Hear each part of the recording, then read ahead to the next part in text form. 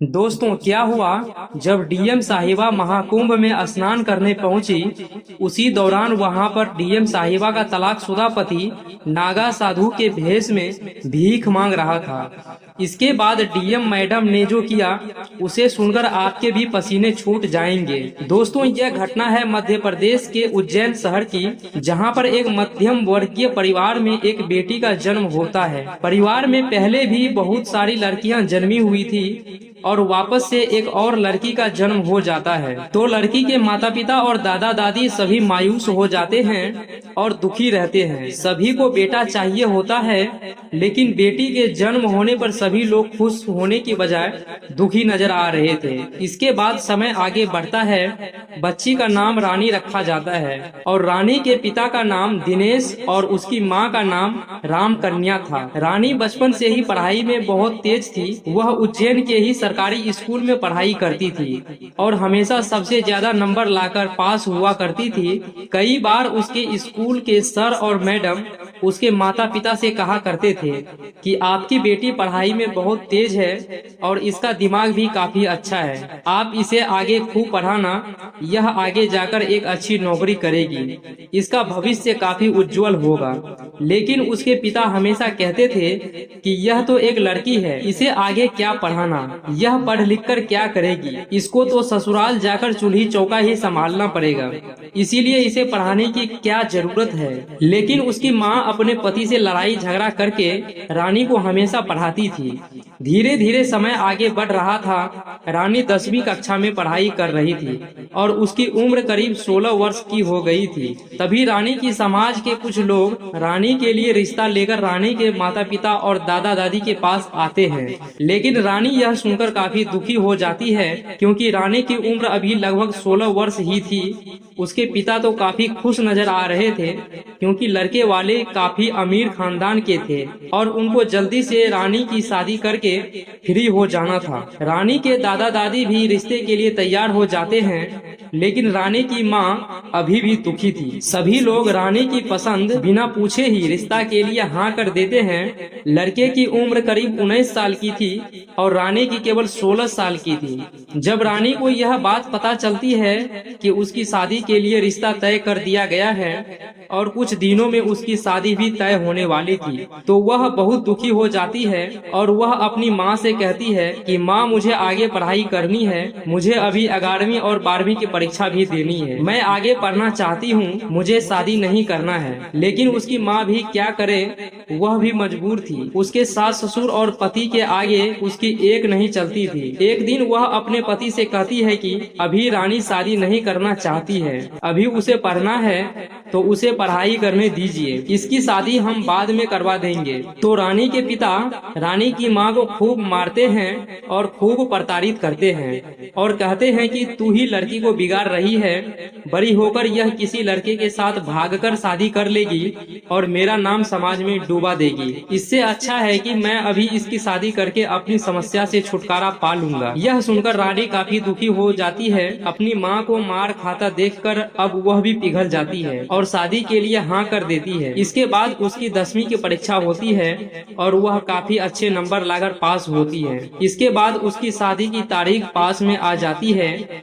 जहां पर उसका बाल विवाह हो रहा था। ना चाहते हुए भी यह शादी उसे करनी पड़ रही थी। शादी के अगले दिन वह अपने पति से बात करने की कोशिश करती है, लेकिन उसका पति रानी को आंख उठाकर भी नहीं देखता है और ना ही उसके करीब जाता है। शादी होने के पश्चात भी दोनों में केवल दूरियां ही थी। रानी उसके सास ससुर और घर के अन्य लोगों की सेवा करती रहती थी। वह सुबह उठकर जल्दी खाना बनाती थी, घर की साफ सफाई करती थी और उसके सास ससुर उसे प्रताड़ित करने लग गए थे। आए दिन उसको ताना मारते थे और उसे बहुत सारा काम करवाते थे। आए दिन उसका पति भी उसे परेशान कर रहा था। वह रात्रि में शराब पीकर आता और बिना किसी बात के रानी को मारता पीटता रहता था।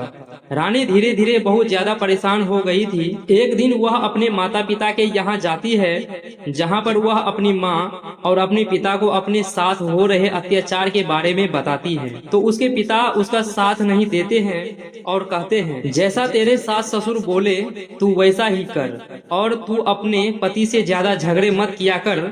ऐसा बोलकर वह रानी को अपने ससुराल वापस भेज देते हैं। अब ना ही उसके पिता उसकी सहायता करते हैं और ना ही उसके पक्ष में कोई बोलता है। ससुराल उसका पूरी तरह से नरक बन चुका था। एक दिन रानी की मुलाकात उसकी सहेली से होती है। उसकी सहेली कहती है कि तेरा रिजल्ट आ गया है 10वीं का और तूने पूरे बोर्ड में सबसे ज्यादा नंबर लाकर टॉप किया है। यह सुनकर रानी खुश तो होती है लेकिन मायूस भी होती है और वह अपनी दोस्त के सामने फूट फूट कर रोने लग जाती है। उसकी दोस्त शिवानी रानी से पूछती है, क्या हुआ, पूरे जिले में टॉप किया है, पूरे प्रदेश में टॉप किया है, फिर तू क्यों रो रही है? तो रानी अपनी बात बताती है और कहती है कि मुझे तो आगे पढ़ाई करनी है और मुझे एक बड़ा अफसर बनना है, लेकिन मेरे ससुराल वाले मुझे बहुत प्रताड़ित करते हैं, मुझसे खूब काम करवाते हैं और मेरा पति मुझे रोज रात में खूब मारता है, खूब मेरी पिटाई करता है। यह सुनकर शिवानी भी रोने लग जाती है और कहती है कि तू कब तक इस नरक में रहेगी, एक न एक दिन तो तुझे इससे बाहर आना ही पड़ेगा, वरना तू ऐसे ही घुट घुट कर मर जाएगी। एक दिन तुझे हार्ट अटैक आ जाएगा। इससे अच्छा है कि तू आगे की पढ़ाई जारी रख, 11वीं की परीक्षा दे और आगे तू 12वीं भी कर लेना और आगे जाकर एक बड़े अफसर बन। तू अगर ऐसे ही नरक में रहेगी तो तेरी पूरी जिंदगी तू कैसे बिताएगी? शिवानी रानी का काफी उत्साह बढ़ाती है और कहती है, तू आगे की पढ़ाई कर, तेरे बहुत बड़े सपने थे, आखिर क्या हुआ तेरे उन सपनों का? इसके बाद रानी काफी गहरी सोच में पड़ जाती है। थोड़ा समय आगे बढ़ता है लेकिन शिवानी की बातें रानी के दिमाग में घर कर जाती है। इसके बाद रानी के दिमाग में कई तरह के विचार आते हैं और एक दिन रानी अपने ससुराल को छोड़कर भागने का ठान लेती है। इसके बाद एक दिन रात्रि में वह अपने कुछ गहने जो उसके माता पिता ने उसे दिए थे वह लेकर ससुराल को छोड़कर बस पकड़ के दिल्ली चली जाती है। वहाँ पर उसकी एक सहेली रहा करती थी। वह दिल्ली में ही रहकर अपनी पढ़ाई पूरी करने लग जाती है। वह दिल्ली के एक सरकारी स्कूल में अपना दाखिला करवाती है, जहां पर वह अपनी 11वीं की परीक्षा देती है और उसे 12वीं में दाखिला मिल जाता है, जहां पर वह छात्रवृत्ति के बेस पर अपना दाखिला भी ले लेती है और वह अपनी दोस्त के घर पर ही रुका करती थी। उसके पास कुछ पैसे भी थे और कुछ गहने भी थे जो उसके पास ही थे, जिससे उसका रोजगार चल रहा था। धीरे धीरे समय आगे बढ़ रहा था। उसके माता पिता और उधर उसके ससुराल वाले रानी को ढूंढ ढूंढ कर हार मान चुके थे और इधर रानी अब अपनी आगे की पढ़ाई जारी रखती है। धीरे धीरे समय आगे बढ़ता है और वह 12वीं कक्षा में भी काफी अच्छे नंबर लाकर पास हो जाती है। इसके बाद उसके अच्छे परिणाम के बल पर उसे एक अच्छे कॉलेज में एडमिशन भी मिल जाता है और वह बीए की परीक्षा में भी काफी अच्छे नंबर लाकर पास होती है और अपना नाम रोशन करती है। अब उसका लक्ष्य आगे एक बड़े अफसर बनने का था। एक दिन उसके कॉलेज में दिल्ली के कलेक्टर मैडम आते हैं। दिल्ली की कलेक्टर मैडम उसके कॉलेज में अपना भाषण देती है, जिसमें वही कलेक्टर मैडम अपने जीवन का संघर्ष सभी बच्चों को सुनाती है और रानी कलेक्टर मैडम की कहानी सुनकर काफी ज्यादा आकर्षित हो जाती है। वहीं पर रानी को कलेक्टर बनने की प्रेरणा मिलती है और रानी उसी दिन ठान लेती है कि वह भी एक दिन कलेक्टर बनेगी, लेकिन बनेगी कैसे उसे समझ नहीं आ रहा था। आखिर कलेक्टर बनने के लिए क्या करना पड़ता है उसको अभी तक यह जानकारी नहीं थी। इसके बाद वह कलेक्टर मैडम का पीछा करती है, लेकिन वह सौभाग्यशाली थी। कलेक्टर मैडम की नजर रानी पर पड़ती है और वह रानी को बोलती है कि बेटा क्या हुआ, मैं तुम्हें कब से देख रही हूँ, तू मेरा पीछा कर रही हो और वहाँ पर भाषण देते समय भी मुझे तुम्हारे अंदर अलग ही तेज दिखाई दे रहा था। बोलो बेटा क्या हुआ। इसके बाद वह अपने जीवन की पूरी सच्चाई कलेक्टर मैडम को बता देती है और कहती है कि मेरा बाल विवाह हुआ है, मेरे ससुराल वाले मुझे बहुत परेशान करते हैं, मेरा पति भी मुझे बहुत प्रताड़ित करता था, वहां से मैंने भाग कर दिल्ली में सरकारी स्कूल में दाखिला लिया था और इसके बाद मैं बीए की परीक्षा यहाँ पर दे रही हूँ। यह सुनकर कलेक्टर मैडम रानी को कहती है कि रानी बेटा तुम बहुत बहादुर हो और तुमने बहुत अच्छा किया, तुम्हारा सुनहरा उज्जवल भविष्य पड़ा हुआ है, अगर तुम चाहो तो आगे अपने भविष्य को बहुत सुनहरा बना सकती हो। इसके बाद रानी कहती है कि एसपी मैडम मुझे आगे जाकर अब क्या करना चाहिए, मैं भी आपके जैसी बड़ी अफसर बनना चाहती हूँ। तब कलेक्टर मैडम रानी को बताती है कि अगर तुम्हें मेरे जैसा बड़ा अफसर बनना है तो तुम्हें आईएएस की परीक्षा देनी होगी और यह परीक्षा काफी कठिन होती है, लेकिन मुझे तुम में वह काबिलियत नजर आ रही है, तुम चाहो तो यह परीक्षा दे सकते हो, एक दिन तुम भी काफी अच्छी कलेक्टर बनोगी। यह सुनकर रानी काफी ज्यादा प्रभावित हो जाती है। अब उसे अपना लक्ष्य मिल चुका था, अब वह समझ चुकी थी कि अब उसे कलेक्टर बनना है। उसके बाद वह बाकी परीक्षा पास करके आईएएस बनने की तैयारी करने में जुट जाती है।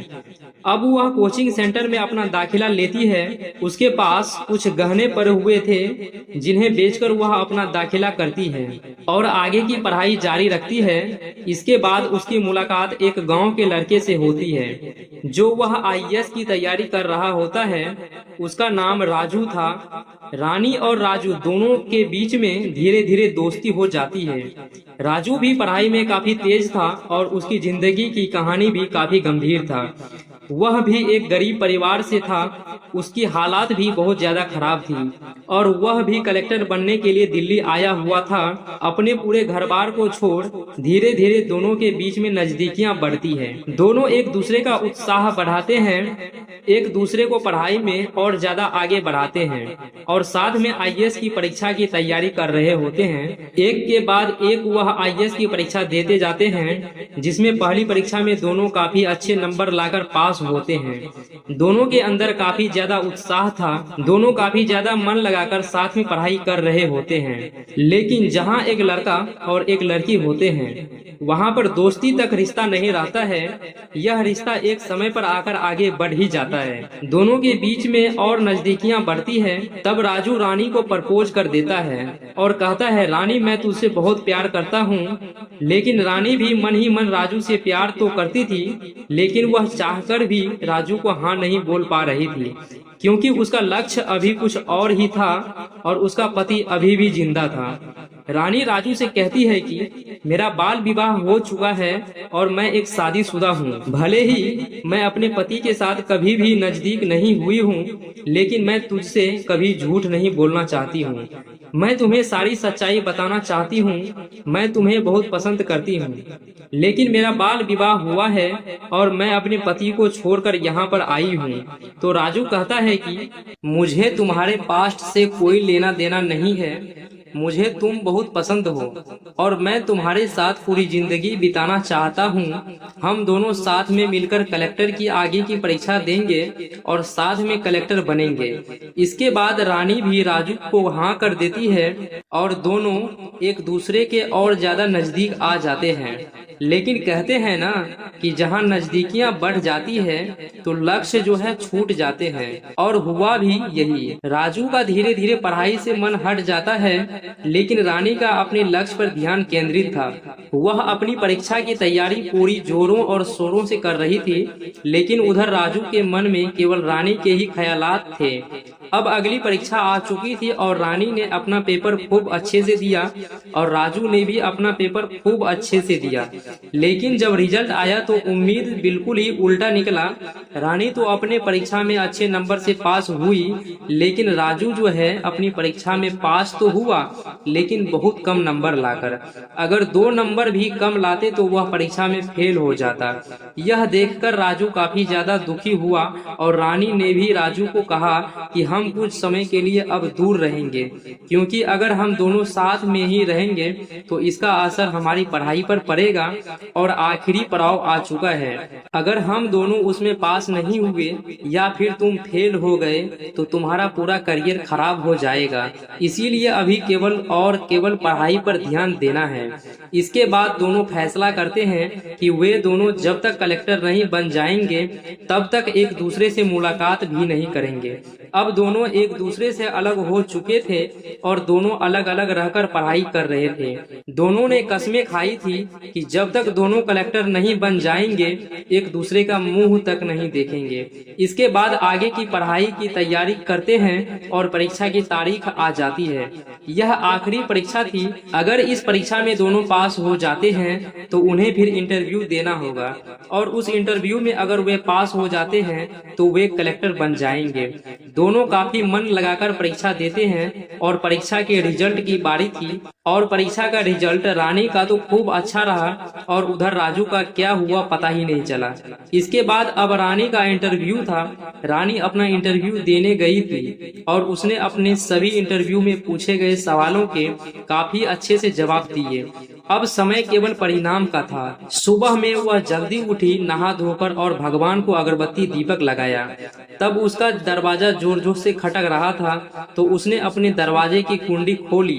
तब सामने राजू खड़ा हुआ था। वह बहुत खुश दिखाई दे रहा था। राजू ने कहा, मुबारक हो, तुम कलेक्टर बन गई हो, तुमने पूरे जिले में टॉप किया है। यह सुनकर रानी बहुत ज्यादा खुश हो जाती है और राजू को गले लगाकर बहुत रोने लगती है और कहती है, तुम्हारे रिजल्ट का क्या हुआ?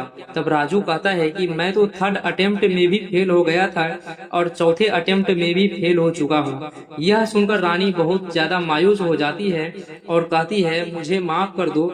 लेकिन राजू कहता है, कोई बात नहीं, तुम तो कलेक्टर बन गई हो ना, मैं उसमें भी खुश हूँ। दोनों एक दूसरे के गले लगते हैं। इसके बाद रानी राजू से कहती है कि मैं डीएम के पद पर नियुक्त होने से पहले तुमसे शादी करना चाहती हूँ, लेकिन उससे पहले मुझे कानूनी तौर पर मेरे पति से तलाक लेना पड़ेगा। वह अपने पति को तलाक का नोटिस भी जारी करती है लेकिन उधर से कोई जवाब नहीं आता है। इसके बाद धीरे धीरे समय आगे बढ़ता है। राजू और रानी दोनों संग में रहने लगते हैं। वे अब भी शादी नहीं कर पा रहे थे क्योंकि रानी का अपने पहले पति से तलाक नहीं हो रहा था। इतने में उसकी पहली पोस्टिंग होती है जो कि उत्तर प्रदेश के लखनऊ शहर में होती है, जहां पर वह अपना कार्यभार संभालती है। अब सबसे पहले वह अपनी माँ से मिलने जाती है। अपने घर जाकर वह सबसे पहले अपनी माँ को ढूंढती है। अंदर किचन में से उसकी माँ बाहर आती है तो वह देखती है कि उसके सामने बेटी खड़ी हुई है जिसके सर पर एसपी की टोपी लगी हुई थी। वह देखकर बहुत खुश हो जाती है और अपनी बेटी रानी को गले लगा लेती है और कहती है, बेटी तू कहाँ गई थी? इतने साल हो गए, तू कहाँ थी? तब रानी कहती है, माँ मैं दिल्ली गई थी और वहाँ पर मैंने खूब पढ़ाई करी और आज मैं कलेक्टर बन गई हूँ।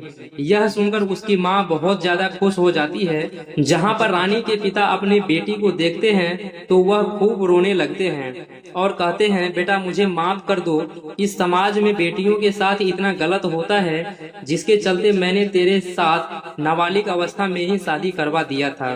तेरे ससुराल वालों ने तुझे बहुत प्रताड़ित किया था, फिर भी मैंने तेरी एक नहीं सुनी थी। आज मुझे खूब एहसास हुआ है।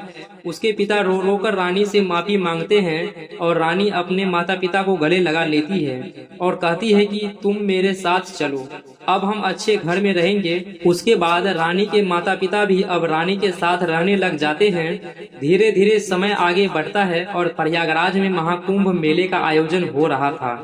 तब रानी की माँ रानी से कहती है, बेटा अगर तुम्हें तुम्हारे काम से थोड़ी सी फुर्सत मिल जाए तो प्रयागराज कुंभ चलते हैं। तो रानी अपनी नौकरी से 2 दिन की छुट्टी लेकर प्रयागराज जाती है महाकुंभ मेले में। यह महाकुंभ सदी का सबसे बड़ा महाकुंभ था। कुंभ मेले में खूब साधु आए हुए थे, कई सारे चमत्कारिक साधु भी आए हुए थे। डीएम मैडम अपनी माँ और अपने पिता के साथ महाकुंभ मेला घूम रही थी। वह गंगा नदी के घाट पर पहुंची जहां पर स्नान किया जा रहा था। तभी वहां पर अचानक से एक नागा साधु आता है और वह डीएम मैडम यानी कि रानी के पैर पकड़ने लग जाता है। तो रानी उस साधु महाराज को देखती है और कहती है, आप मेरे पैर क्यों पकड़ रहे हैं? तो वह साधु महात्मा अपने मुंह से राख हटाते हैं। तो रानी यह देखकर चौंक जाती है क्योंकि वह साधु कोई और नहीं बल्कि रानी का पहला पति था। रानी कहती है कि आप साधु के रूप में कैसे। तब वह साधु जो है यानी कि रानी का पति कहता है कि जब तक तुम मेरे साथ थी तो मैंने तुम्हारी कदर नहीं करी। मैं तुम्हें रोज पीटता था, लेकिन जब तुम मुझे छोड़कर चली गई हो मुझे तुम्हारी बहुत कमी महसूस हुई। मेरे माता पिता को भी तुम्हारे बिना बहुत खराब लग रहा था। धीरे धीरे मैं बहुत दुखी हो रहा था। मैंने तुम्हें खूब ढूंढने की कोशिश करी लेकिन तुम नहीं मिली। मैंने अच्छी औरत को खो दिया था। मैं बहुत ज्यादा दुखी था। कुछ सालों तक मैं इधर उधर पागलों के जैसे घूम रहा था। इसके बाद मैंने निश्चय करा कि मैं अब संन्यास ले लूंगा। तब मैंने साधु बनने का फैसला किया और मैं साधु बन गया। यह सुनकर रानी के और उसके माता पिता के होश उड़ जाते हैं। वह साधु कहता है कि मैंने आपको खूब मारा था, खूब प्रताड़ित किया था। रोते रोते कहते हैं कि आप मुझे माफ कर दीजिए। तब रानी अपने पहले पति से कहती है कि अगर आप मुझे नहीं मारते, मुझे नहीं प्रताड़ित करते तो आज मैं कलेक्टर नहीं बन पाती। नियति ने यही लिखा हुआ था, जो नियति और जो भगवान चाहते हैं वही होता है। अगर आप मुझे और आपके माता पिता को प्रताड़ित नहीं करते तो आज मैं डीएम नहीं बन पाती। इसके बाद डीएम मैडम उस अघोरी साधु से यानी अपने पहले पति से तलाक ले लेती है और कानूनी तौर पर वह दोनों अलग हो जाते हैं। जिसके बाद रानी यानी कि कलेक्टर साहिबा और राजू की दोनों की शादी हो जाती है और दोनों खूब प्रेम पूर्वक रहते हैं। दोस्तों, आज की इस वीडियो में जो घटना बताई है उस घटना से आपको क्या सीख मिलती है? हमारे देश में आज भी कई ऐसे जगह हैं जहां पर बाल विवाह होता है। कई लड़कियों के माता पिता अपनी बेटियों के बचपन में ही विवाह तय कर देते हैं और उनकी शादी कर देते हैं।